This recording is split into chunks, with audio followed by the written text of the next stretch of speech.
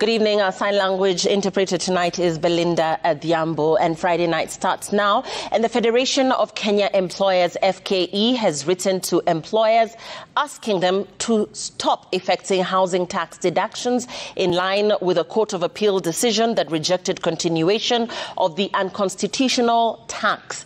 Workers' unions are threatening industrial action should employers continue deducting the housing tax. KMPDU, UASU, Ruto and TUC want the government to refund the already deducted monies. Stimulator reports that the Court of Appeal's decision was another setback for Kenya Kwanza's affordable housing plan. Solidarity forever. As employees await to receive their January salaries, the Federation of Kenya Employers, through its CEO Jacqueline Mugo, has written to employers to comply with the Court of Appeal ruling. In a statement this evening, FKE said in light of the court order, we advise our members not to deduct the levy unless the Court of Appeal rules otherwise. After hearing of the substantive appeal, or in the alternative, should the government challenge the said ruling in the Supreme Court. Solidarity forever. FKE's statement was preceded by a joint press statement by several workers' unions, including KMPDU, TUC, KUCO and UASU, all warning employers against deducting the housing levy in the January payslip, failure to which workers across the country will down their tools in protest. So all public universities should not make a mistake of deducting housing levy on university workers. If you try, that will be the beginning of the mother of all strikes. The workers' union also wants the government compelled to refund workers the monies that had already been deducted after the housing levy was declared unconstitutional. We demand all house levy deductions to be refunded with interest immediately.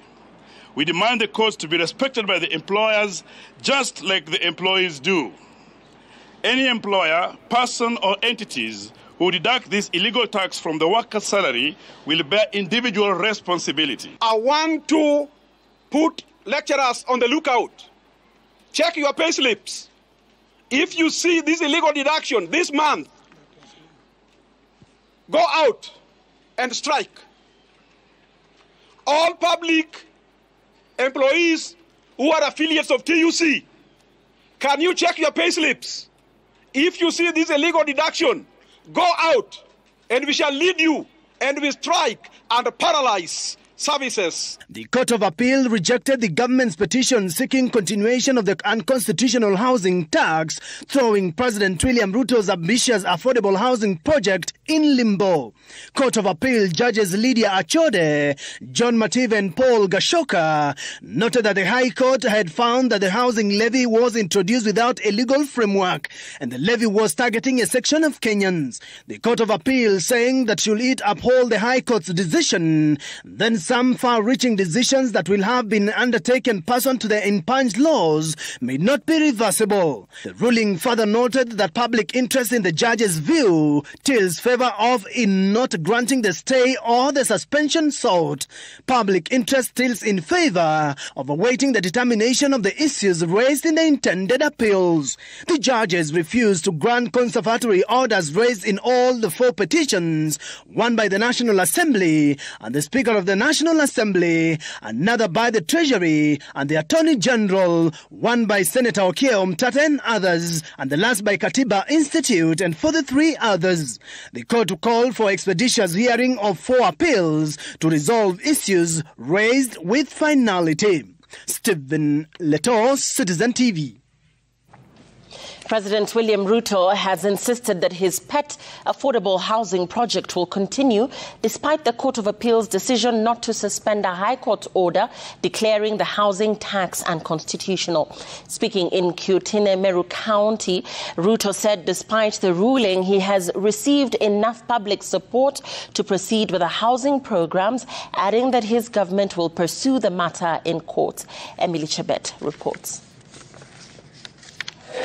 Hours after the Court of Appeal's decision declining the extension of an order allowing the government to continue collecting affordable housing levy, President William Ruto, who was on a day-2 tour in Meru County, has vowed to see the program to fruition. We have a deliberate plan on how to transform our nation, and no amount of court cases is going to derail our plan to change Kenya, because the plan and the transformation of Kenya has been delayed for many years by vested interest and corruption and people who do not have a plan on how to take Kenya forward. Leo wanatuambia tuache kukusanya ushuru wa housing wale vijana 1,100 karibu na 30 ambao wameajiriwa wasitishwe kazi. Wale watu wanafanya kazi kwa kampuni za simiti, za chuma, wasimamishwe kazi ili tufurahishe wale ambao wamewateka nyara huko mahakamani. The president said his administration is in the process of creating a law that will actualize the levy, and the court ought to have given the legislatures time to finalize on the said law. Tunaheshimu mahakama na tutaenda kufanya appeal na tutatengeneza sheria ili mambo ya vijana wa Kenya, ajira ipatikane. Vijana mamilioni wanahangaika madukani vijijini kwa sababu wamemaliza shule lakini hakuna mpango ya vile watapata ajira. We are concluding the public participation on the new law on housing. We want to tell them that in Parliament we shall also be expeditious in dispensing with that law and giving you a new law. Ili wakisitisha ile ingine rais. Na tunajua sheria haina shida. Those who captured our state, they have also captured our judiciary to undermine, to sabotage all government programs that are benefiting the people of Kenya. The majority leader, the National Assembly, Kimani, accused the judiciary arm of government of what he termed as state capture. We want to ask the President of the Court of Appeal and the Chief Justice that expeditious hearing should be within 3 or 4 days maximum, so that you allow the government to continue with its housing program. The president's utterances coming few days after a meeting with Chief Justice Martha Koome and the National Speaker Moses Wetangula at State House, Nairobi, where the three arms of government vowed to work together. The push and pull between the president and the judiciary continues just days after the three arms of government met at State House, Nairobi. This as the president vows to continue with his pet project, that of affordable housing. Emily Chebet, Citizen TV, Nairobi. And opposition leaders want the government to stop effecting the housing tax in accordance with the Court of Appeal decision against it. During the ODM party membership recruitment drive in Taita Taveta County, the opposition criticized the government for burdening Kenyans with more taxes and going against the promises it made during campaigns. Azimio politicians led by Raila Odinga lauded the appellate court's ruling, which refused to extend the unconstitutionality of the housing tax under the Finance Act 2023 targeting salaried Kenyans, excluding those in the informal sector. The leaders calling on the trade unions to ensure no employee has the housing tax deducted for the month of January. Court ruling ya leo, kulingana uamuzi wa mahakama ya siku ya leo, nataka niseme hivi. Sasa ni jukumu la Central Organization of Trade Unions, KOTU, ya Bwana Atwoli. Bwana Atwoli aache kulala na serikali. Sasa atoe amri wafanyikazi wasitolewe hiyo pesa ya housing kuanzia mwezi huu.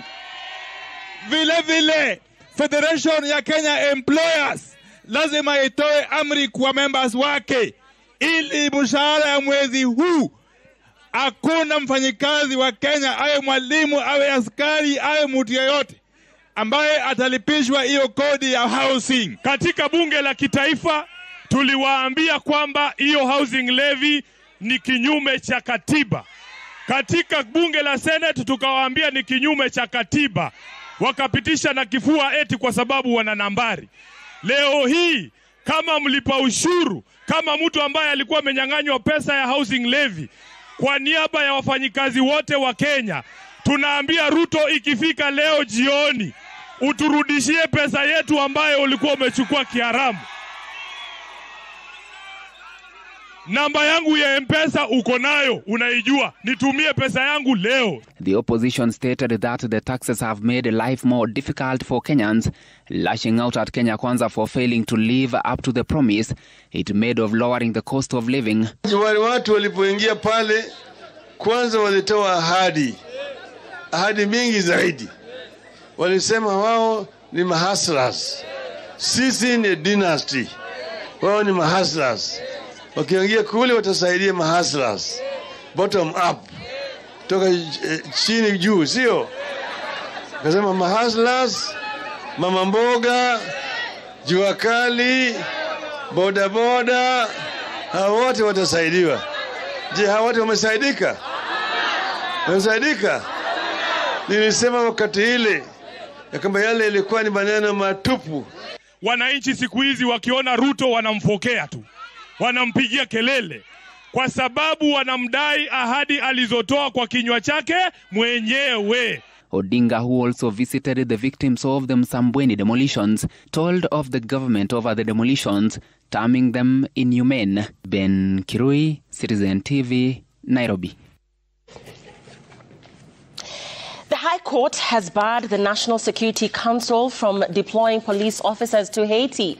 High Court Justice Chacha Mwita, who delivered the judgment on Friday, held that the deployment would be illegal, null and void, since NSC has no legal mandate to deploy police officers outside the country. According to Justice Mwita, NSC can only deploy armed forces for peacekeeping missions and not security services.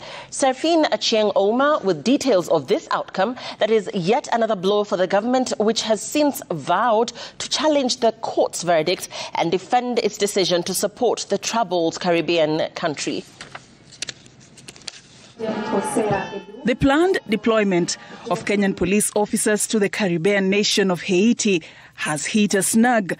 The High Court has declared it unconstitutional, null and void. The act of deploying police officers to Haiti is unconstitutional, illegal and void, that police officers cannot be deployed outside Kenya, and sections 107, 108 and 109 of the National Police Service Act are constitutionally invalid, among other reliefs. In his judgment, Justice Chacha Mwita stated that NSC has no legal mandate to deploy police officers outside the country. They can't send police forces because it's against our constitution, it's against the law. They can only send the Kenya National Defense Forces, which is the Kenya Army, the Air Force and the Navy. That's what they are mandated under our Kenyan constitution and under the law. The court has emphasized that if any deployment is to happen, then it has to respect section 107, 108 and 109 of the National Police Service Act. Last year, on 24th of October, Justice Chacha Mwita had extended orders stopping the proposed deployment of the police officers to Haiti for a peacekeeping mission, pending the determination of a case filed by Third Way Alliance Party leader Ekuru Aukot. Dr. Aukot had argued that the decision to deploy the police officers to Haiti was ill-timed since the country was facing its own security challenges. What wisdom could possibly have driven President William Ruto to make that roadside declaration that Kenya police, who are very inadequate in our own country, could be deployed to another country? Before the order was issued last year, Parliament had okayed the request by the National Security Council to deploy 1,000 security personnel to help the war-torn country combat gang violence that had led to massive deaths, kidnappings and extortion. The government has in the meantime indicated that it will challenge the High Court's verdict. In a statement to newsrooms, the government affirmed that Kenya has an outstanding track record of contributing to peacekeeping missions internationally in countries such as South Sudan, Namibia, Croatia, Liberia, Sierra Leone, among others. The statement further stated that the government reiterates its commitment to honouring its international obligations as a member of the community of nations. The choice of Kenya to provide this support was not by default. It wasn't through guesswork. Many countries identified us as a safe pair of hands, as a country with a rich history in peacekeeping, peacemaking, and peace operation. The High Court decision comes as a major blow for the government, which had defended its decision to support the violent hit country as part of its international obligation to usher in stability, development, democratic governance, and a return to normalcy for the people of Haiti. Safin Achieng Oma, Citizen TV, Nairobi. 84 families in Changamwe, Mombasa County will spend the night in the cold after their houses were demolished by the government to pave way for the construction of an affordable housing project. The National Housing Corporation says tenants were issued with 2 eviction notices since the year 2018, but some of them ignored the notice and had rent arrears of up to 500,000 shillings. Francis Mtalaki has more from Mombasa. Friday, 5 a.m. One of the caterpillars made their way to the National Housing Corporation houses in Changamwe, Mombasa County. This is one of the 84 houses on a 58-acre piece of land that were demolished. With the demolitions, the long-running row between the National Housing Corporation, NSC, and tenants came to a close. Tenants watched helplessly, with some of them caught unawares and forced to salvage their belongings before their houses were brought down. Lakini leo hatukutarajia kwamba itafikia kiwango kama hiki, na hata kama kulikuwa na haja ya kubomoa, ingekuwa ni vyema wananchi wapewe nafasi ya kutoa vyombo vyao. Naona hata hapa nyuma yangu kila mahali hapo ukienda estate, vitu, watu wakina mama, watoto, nini, hata wengine wana watoto ambao wanatoka shuleni, sasa hajui atakula vipi. Sisi tuko kotini na tumeenda court of appeal kwa sababu ya hii maneno, na wamedharau. Tunaona kama National Housing wamedharau, serikali imedharau, ni kama wameamua watangojea sheria ichukue mkondo wake. According to NSC, the tenants were issued with a notice to vacate the premises in 2018 and 2023, but 19 among the 84 declined to leave. NSC maintains that the first phase under the 5-acre has been set aside for construction of the affordable housing, with 1,000 units earmarked for the affordable project. When we gave a notice in 2018, we also gave the 84 right of refusal of the new units that we are to develop. So, contrary to whatever maybe somebody might be saying out there, we have engaged them, and the operation going on right now, it is out of in a showdown. Also to note that the position we are not doing at night or over weekend or any other time. We are doing it during the broad daylight, because what we are doing is the right thing. We are bringing the contractor who was duly identified in September last year to take on the site and start the development. The exercise happened with police officers present. The state agency says the exercise was conducted according to the law after engaging the local leadership. Francis Mtalaki, Citizen TV, Mombasa. The High Court in Nairobi was on Friday forced to adjourn the judgment of a case involving the murder of businesswoman Monica Kimani after former TV anchor Jackie Maribe failed to appear in court citing illness. Lady Justice Grace Nzioka said she will deliver the verdict on the 15th of March 2024. The court was to pronounce its judgment Friday morning at 9 a.m., but only the first accused, Joseph Irungu alias Joey, was present in court. Maribe's advocate Katwa Kigen urged trial Judge Grace Nzioka to accommodate her as she was indisposed, insisting that details of her illness remain confidential. Justice Nzioka ordered all parties to appear in court in March for the delivery of the judgment on the Kimani murder case. And the court is not available the rest of the month of January and the whole of February. They'll still be on leave by 8th of March, but I offer to give my 8th of March to 2 matters for judgment. Professor Nandwa, please confirm you are in those matters. I do confirm. Yes. Are they light or heavy matters? Please share with us. They are very heavy matters. Yes. So there are 2 heavy matters. Most likely I'll need 8 hours or so to deliver judgment in those 2 matters. So we can't fix this matter for 8th. All right? So what is the next date? 15th? 15th is available. If it's available. So my earliest date then would be 15th of March.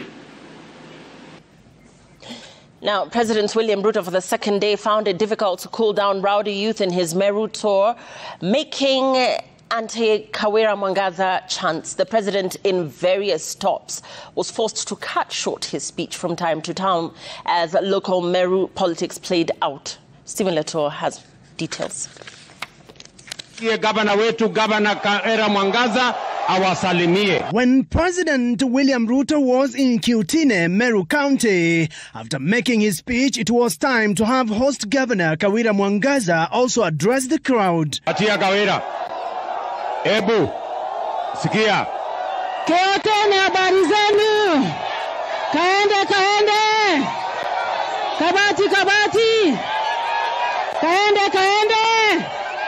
Kabati, kabati. The Meru governor having to deal with chants from an unruly section of the crowd which sought to deny her an opportunity to speak. Hawa vijana wapewe kazi, waache kutumiwa na viongozi wawili. Kuna kiongozi na viongozi pale ambao wanawatumia. Kwa hivyo naomba Dani Kere na Mheshimiwa Rentore, patia vijana kazi nzuri, waache kupiga makelele kwa uwanja. Hii siasa makelele ni siasa mbaya. Nyinyi vijana nataka niwaambie, mimi nataka niwapangie kazi ya ajira. Mambo ya kuja kupiga makelele kwa mkutano mimi sitaki. The governor's voice drowned by the rowdy crowd, with the president forced to intervene as it became apparent that local politics threatened to derail the event. Tabia kama hii mimi sitaki tena. Kwa mkutano ya rais mimi sitaki watu wa kupiga makelele. Nyinyi mnasikia? Hii ni kukosa heshima. We do not want this kind of nonsense. Tunaelewana? When the president's entourage got to Kangeta on its way to Lare, there was more drama.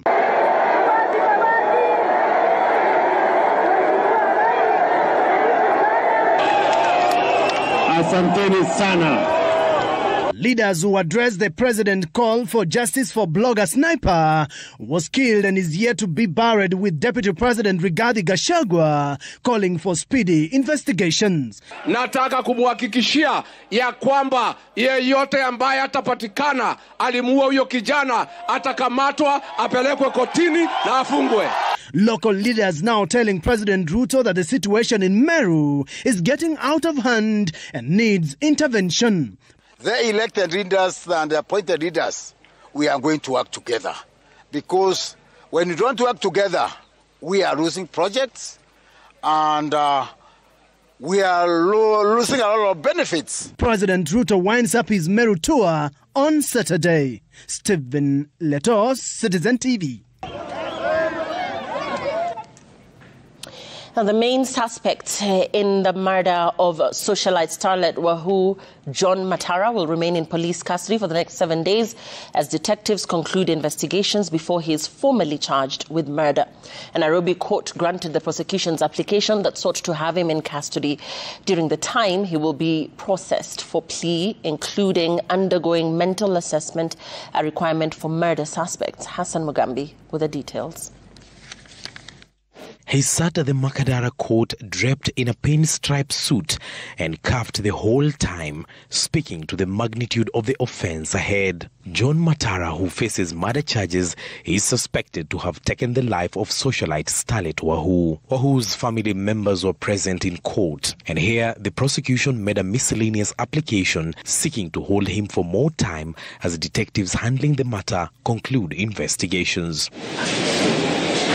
Senior resident magistrate Mercy Kivuti granted the prosecution custodial orders to hold Matara for 7 more days.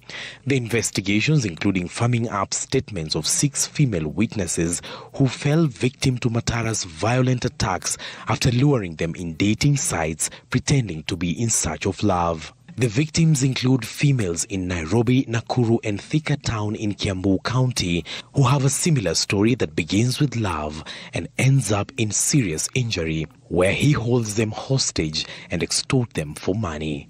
Matara was detained after presenting himself at Mbagathi Hospital moments after allegedly taking the life of Starlet Wahoo in South B area and getting injured in the process. Matara had hired a short-term stay apartment in the area before luring Wahoo, who he met in a dating site, into the house. Her body was discovered in a pool of blood in the apartment. Matara will be presented before court again next Friday. Hassan Mugambi, Citizen TV. You are advised to go for regular screening for cervical cancer, and we will be having that conversation very shortly on Friday night. What are your questions? The hashtag is Friday night. Let's take a look at what's coming up.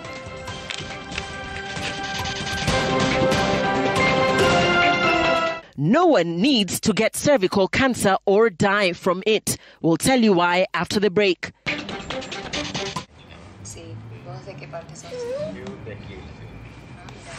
Cervical Cancer Awareness Month, and cervical cancer is one of the most preventable and treatable cancers if managed early with adequate prevention, screening and treatment tools. I'm joined by Dr. Solomon Mutua in studio as we look more into matters cervical cancer. Dr. Mutua is an oncologist at the Nairobi West Hospital. Many thanks for joining us, Dr. Thank you, Lilian. Now, a conversation we've just been having with you prior to this interview is that cervical cancer is the cancer that kills most women in the country? Yes, you'll find that breast cancer is the most common cancer, followed by cervical cancer. But when you look at which of the two causes most mortality, the cervical cancer actually beats breast cancer in terms of mortality. Mm-hmm. Yeah. Why would you say that is the case? It's just how the natural history of the disease goes. You find some cancers tend to be more aggressive than others. Yes, we have breast cancers that are aggressive, but you'll find that considering how late or how and when we catch cervical cancer and just how the disease naturally occurs, you find that it ends up causing more deaths than the breast cancer. So depending on how early you catch it would lead then to better treatment outcomes. Let's talk about screening. Yeah. In terms of screening, when should you start the screening in terms of age, and how frequently should this screening be done, and what tests are we looking at? Okay, I'd like to start by answering the question, what is screening? Mm-hmm. So screening is basically looking for cancer or abnormal cells that may lead to cancer in patients or people who don't have any symptoms. Okay, so you're just looking at your normal lady without any symptoms, and there are tests that you do. Mm-hmm. So the tests that are recommended for screening here are your pap smear and your HPV tests. Okay, and the ages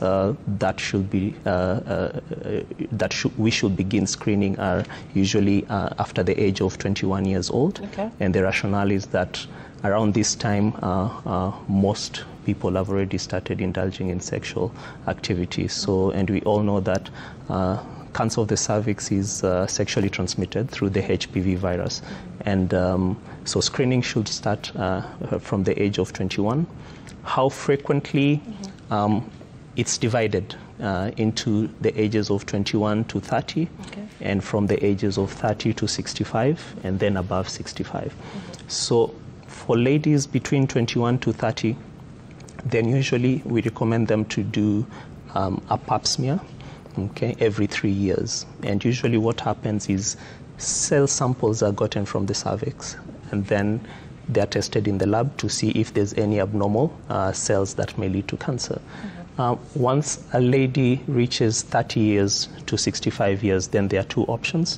One, they can either do the pap smear, which would be every 3 years, okay, or they can do what we call co-testing, where you do the pap smear plus the HPV test. Right. And the good thing about this is that the frequency is a bit elongated, yeah, and instead of 3 years, now we recommend for 5 years. So in terms of the facilities, because we're looking at adequate prevention, screening and treatment tools being key, in terms of the facilities that are available in the country for a woman in far-flung areas of the country, what symptoms to look out for in terms of, signs that somebody could have cervical cancer?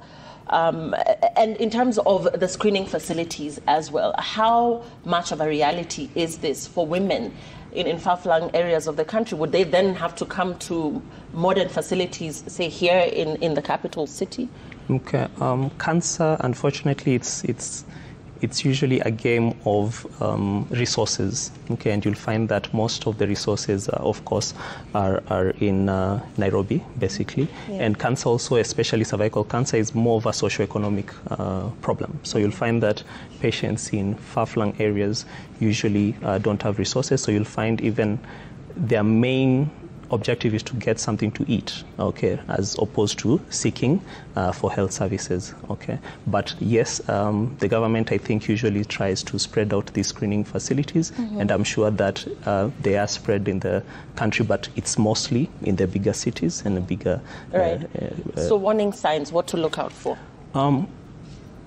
Early cancer of the cervix, just like most cancers usually, are without symptoms, okay? That's why screening is very important, okay? So by the time you start getting symptoms, already this is not early, it's either locally advanced or already advanced. But the commonest signs and symptoms are usually vaginal bleeding, okay? You can have vaginal discharge, you can have pain during sexual intercourse, you can have pain during passing urine, you can have hard stool, okay? And depending on how extensive or how advanced it is, if it has spread to other parts of the body, then the signs usually and symptoms depend on which part it has spread. Like if it spreads to the lungs, you'll have difficulty breathing, chest pain and all that. In the abdomen, abdominal pains. In the brain, and you can have headaches, collapse, convulsions. So at this point, usually, the symptoms depend on how advanced it has gotten. We're talking about screening so that you can catch it early. So in terms of treatment options, yes, what is available? Because there is hope. We're selling, hope as a reality. Because yes, the earlier you do, and that's what we keep pushing when we do the cervical cancer messaging, the earlier you go for screening, then the better the treatment options, if indeed, there's found to be some cancerous cells. Treatment options? First of all, it's always good to remember that cancer is curable, okay? It's not always a death sentence. It always depends on how soon or how early we get it, okay? And we are lucky in Kenya, things have changed, and most of these, I'd say almost all treatment modalities are there. And for example, in Nairobi West Hospital also, we are fully fledged cancer center, and we have all these treatment modalities. So treatment of cervical cancer usually is divided whether it is early disease, locally advanced disease, or advanced disease. So when we catch it early, you'll find that in this case, surgery is the go-to option, because you want to surgically remove mainly the cervix and the uterus, and sometimes depending on which type of cancer of the cervix, we also remove the ovaries. And once this is removed, it's taken to the lab so that it can be investigated under the microscope to see if we need to add any more treatment. And here we are talking about radiotherapy, or radiotherapy plus chemotherapy. When the cancer is locally advanced, meaning it has started going into the neighboring structures, then this is a stage where surgery doesn't help, doesn't work. And in this case, usually we combine chemotherapy and radiotherapy, and we give the treatment over around 5.5 weeks of treatment. And usually, most of the time, we are able to cure patients with radiotherapy combined with chemotherapy. Now, when it goes to advanced disease, this is what we call metastatic disease. You'll find that, unfortunately, this is a stage that usually is not curable. And surgery, of course, doesn't apply in this case. And most of the time, you find we recommend what we call systemic therapy that goes into your body system and fights the cancer cells wherever they are in the body. And this usually includes your chemotherapy, which can be combined with your target therapy, and nowadays we have even immunotherapy. So at this point, usually you find the main aim of treatment is to control the disease, okay, improve the symptoms, improve quality of life, and prolong life for as long as possible. There are some cases where you have a patient with advanced disease who, yes, would need systemic therapy, but have some symptoms that need urgent control. Let's say like intractable pain, uncontrollable bleeding. So these are cases where we will also recommend radiotherapy so that we get rapid control as they continue with the rest of the systemic therapy. So as we close, Daktari, for our viewers at home, maybe somebody has just been diagnosed with cervical cancer and looks at this as perhaps a death sentence, in as much as doctors have told them that, you know, it's early enough. Have you interacted or have you been in contact with persons in your profession where there's been success stories, people that have totally recovered and have lived normal and healthy lives after undergoing treatment once the cancer is caught early? No, definitely. Of course, in our clinic at Nairobi West Hospital, we have both sides of the coins. We have success stories, and of course, we have a few who are not so successful. But majority of our patients, yes, we have successful stories, people who have good testimonies of what we've done to them. And basically, they are always a blessing to remember that this is a war that we can fight, and this is a war that we can win. Right. Many thanks. We've been talking to Dr. Solomon Mutua. He's an oncologist at the Nairobi West Hospital. Remember, the key fact out of all of this is to go for regular screening, as early treatment leads to better outcomes.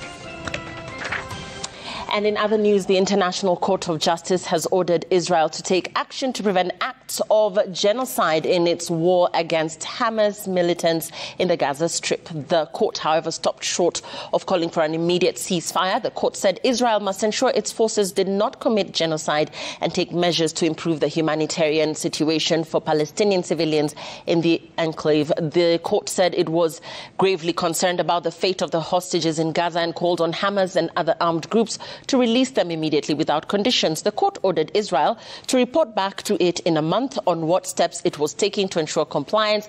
The court did not rule on the core of the case brought by South Africa, whether genocide has occurred in Gaza, but it recognized the right of Palestinians in Gaza to be protected from acts of genocide. South Africa argued that Israel's aerial and ground offensive was aimed at causing the destruction of the population of Gaza.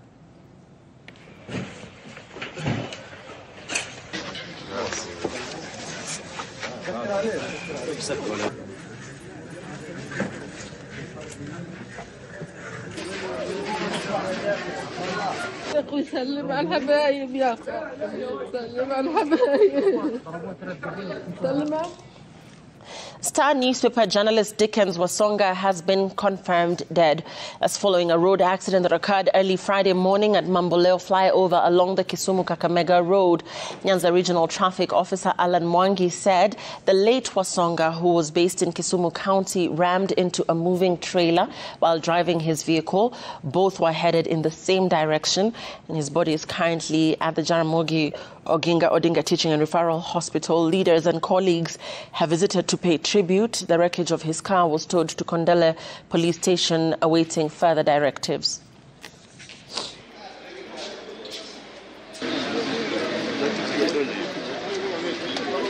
Dickens was a very easygoing person, a team player. He was very forthright, very cooperative, and he exhibited a lot of professionalism in everything that he did. So as an industry, we have lost a very integral member of the family. He had booked an appointment to come to offices on Tuesday to come and introduce the new office holders. So we send our condolences to the media fraternity and wish the family courage during this difficult time. We will try our best to support the family and all the members of the local journalism fraternity during this difficult time. And we condole with his family. Now, Muga FM, in partnership with My Dawa, has pitched tent at Deb Primary School in Meru County to offer free medical assessment and treatment to residents for 2 days. The weekend-long medical camp targets to benefit over 2,000 residents of Meru and Tarakaniti counties. And those who require frequent medical attention are encouraged to register with the Mzima program to ensure that they get regular drug supply for their medical needs. Masi Maina, a clinical officer, noted that many who reside in rural areas face difficulties in accessing essential drugs to manage their conditions, and lauded the efforts by Muga and My Dawa to avail treatment at the residents' doorsteps in Meru.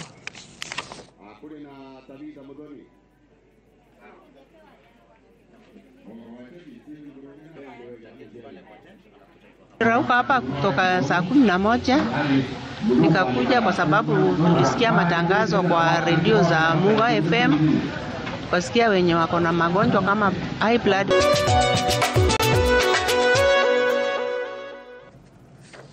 Let's talk business. And East African Breweries has set out to maximize its operations in neighboring countries of Uganda and Tanzania to mitigate against further foreign losses. This comes as the brewer announced a 2.3 billion loss due to pressure in the FX market, forcing them to cut down their shareholder benefits to 1 shilling per ordinary share for the first half of the year. EABL also noted that high inflation, a weakening shilling, as well as rising cost of doing business, which has shot up in the last 6 months owing to excise increase on glass and sugar, might be a contributing factor. Jimmy Mbogo with more.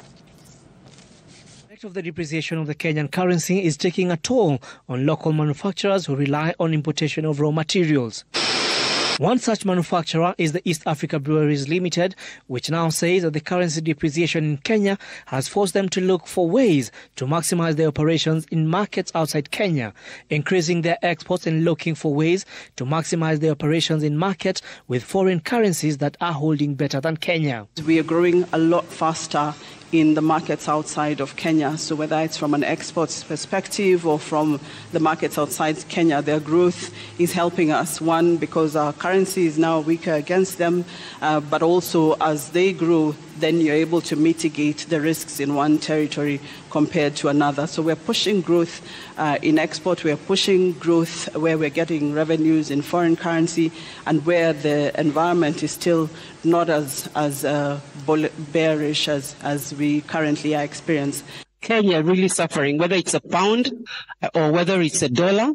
We are suffering both at the COGS level, cost of goods, because we have some dollar-pound denominated costs or inputs, and then also as we report to our statutory. So I'll leave you guys to deep dive on that one. And obviously, Tanzania and Uganda are doing better than us from a currency perspective. Despite increasing their volume, the brewer has expressed concerns over the consumer's wallet, noting that they have opted for lower value and discounted products in the wake of harsh macroeconomic environment, which has forced them to reprioritize their expenditure, contracting the expenditure of alcohol by 200 basis points in the half year. I think the biggest threat to the business is the consumer affordability piece in terms of wallet contracting. And then the other one is just the cost of doing business. You remember I talked about, we've seen electricity go up, we've seen the fuel costs going up.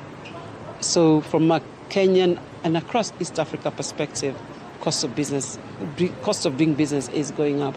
But more importantly, I think the interest costs and forex costs are stressing the bottom line much more. In the concluded half year, EABL recorded a 2.3 billion shillings loss in foreign exchange pressures owing to the shilling's depreciation. The brewer also saw a 22% decline in profit after tax to stand at 6.8 billion shillings, down from 8.7 billion the previous year. At the same time, the cost of sales increased by 21% on the back of high inflation, and that saw input costs soar, while actual sales increased by 16% to stand at 66.5 billion shillings, up from 57.3 billion the previous year. In the same half, the brewer registered an 18% growth in beer sales, with spirit sales slowing down to only grow at 13% on the back of higher excise tax and input cost. To remain ahead of the curve, EABL now says that this microbrewer will continue to serve as the innovation hub as they seek to address the customers' needs.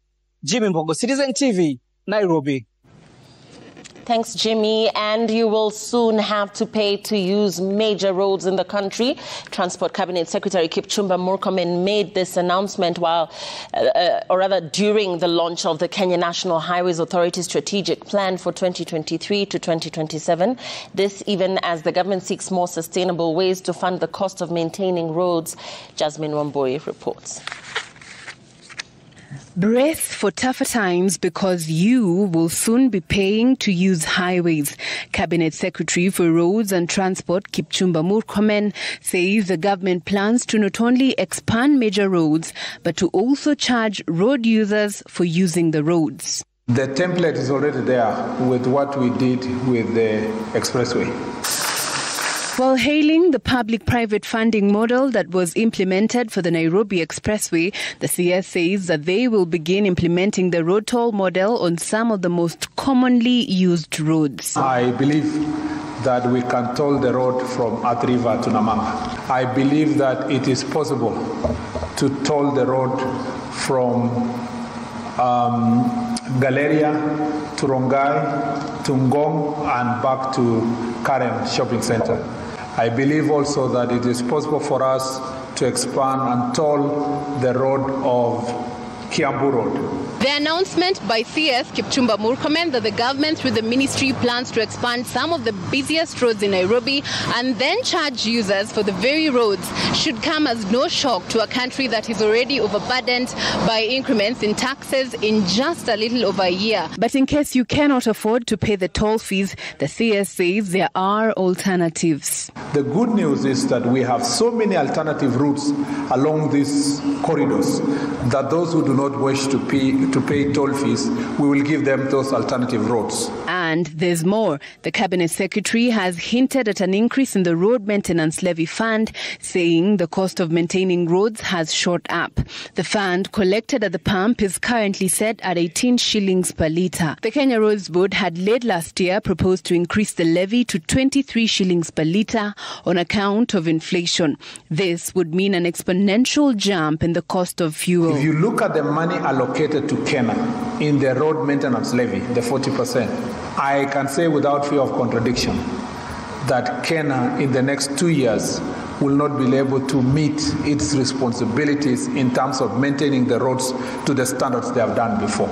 The looming prospect of tolls on major roads and a potential hike in the road maintenance levy fund shifts the responsibility to citizens to help the government in raising the 708 billion shillings that the Kenyan National Highways Authority says it needs to improve the road infrastructure network over the next 5 years. Jasmine Wamboi, Citizen TV, Nairobi. And Unilever has launched an initiative to inspire university students to develop sustainable solutions based on millet. The consumer goods manufacturer has partnered with the University of Nairobi and Farm to Market Alliance to launch the competition dubbed the Great Millet Quest. The competition is a transformative initiative designed to unlock the untapped potential of millet in shaping the future of agriculture. In essence, the competition will establish millet ambassadors who will advocate for those innovative concepts, fostering a sustainable demand for millet. So what we are trying to do is look for those opportunities for its application in the business environment that we are in. So the work we are doing right now with the university, it's really about trying to motivate innovations around the application of the cereal in the development of food solutions for our part of the world. The commitment we are making ourselves is that we are going to be working with the winners and what comes out of this whole process. We're trying to promote this because right now we're so busy hustling that if you had a sachet, you'll be able to have breakfast, the same sachet I ate for lunch, and you can have it for supper. So you can eat finger millet 3 times a day. We want to create that awareness because when you eat finger millet, then you're getting high fiber.